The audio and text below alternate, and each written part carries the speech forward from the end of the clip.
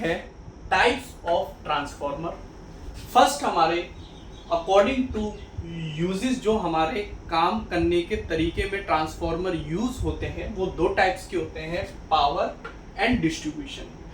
Power क्या काम करता है, जहां पर हम पावर को जनरेट करते हैं वहां पर हमारा पावर ट्रांसफॉर्मर यूज होता है, और जहां पर हम डिस्ट्रीब्यूट करते हैं पावर को वहां पर डिस्ट्रीब्यूशन ट्रांसफॉर्मर यूजेस आते हैं। अकॉर्डिंग टू कंस्ट्रक्शन, जो हमारे ट्रांसफॉर्मर की अंदर से जो बनावट होती है हमारे वाइंडिंग की, जो हमारी कंस्ट्रक्शन जो होती है, उधर हमारे 3 टाइप्स के काम आते हैं, core type, shell type, peri type. और अगर हम अकॉर्डिंग टू वोल्टेज लेवल पे जाएंगे, जहां पर हमें वोल्टेज लेवल कभी अप करना पड़ता है और डाउन करना पड़ता है, वहां पर 2 टाइप्स के ट्रांसफॉर्मर यूज होते हैं, step down and step up.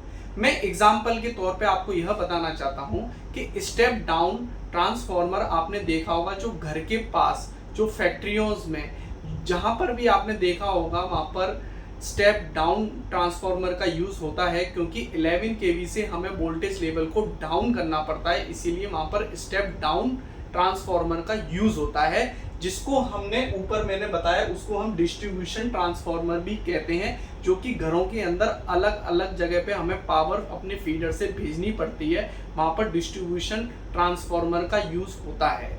और second step up, step up जहां पर हमें इलेक्ट्रिसिटी प्रोड्यूस करनी है, निकालनी है, बनानी है, वहां पर स्टेप अप होता है, क्योंकि हमें वोल्टेज लेवल को बढ़ाना पड़ता है, वोल्टेज लेवल को बढ़ाना पड़ता है, तो वहां पर हमारा स्टेप अप ट्रांसफॉर्मर यूज होता है।